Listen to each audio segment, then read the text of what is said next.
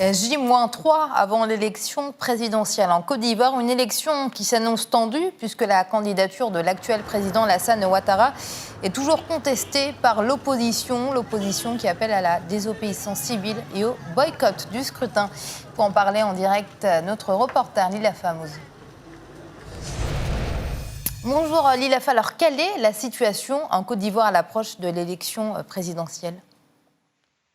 Écoutez Amira, l'atmosphère reste extrêmement tendue à 3 jours de ces élections incertaines. La population s'inquiète de la résurgence des affrontements dans plusieurs villes du pays. Au moins une vingtaine de morts sont à déplorer rien que ces derniers jours. Et malgré tout, vous l'avez dit, l'opposition maintient ses appels à la désobéissance civile et au boycott pur et simple du scrutin. Alors Pascal Affi N'Guessan, le leader du Front populaire ivoirien, estime que l'opposition, à défaut d'avoir fait céder Alassane Ouattara, a d'ores et déjà réussi à prouver qu'une élection digne de ce nom ne pouvait pas se tenir dans le contexte actuel. Écoutez.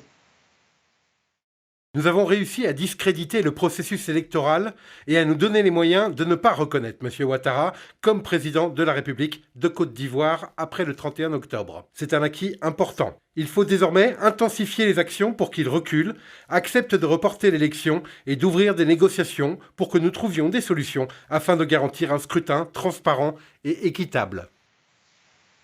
Alors de son côté, le président ivoirien ne compte pas céder à la pression. Il maintient sa candidature, pourtant fortement contestée. Une candidature qu'il estime d'ailleurs être un sacrifice. Alors Alassane Ouattara, peut-être dans une dernière tentative pour apaiser la colère de l'opposition, a fait part de sa volonté de voir son grand rival de toujours, Laurent Gbagbo, revenir en Côte d'Ivoire. Il a souhaité également voir le renouvellement de la classe politique ivoirienne et exclut formellement de se représenter en 2025. Trop tard pour l'opposition qui réclame un gouvernement de transition dès maintenant et non pas après l'élection présidentielle qui, on le rappelle, doit se tenir ce samedi.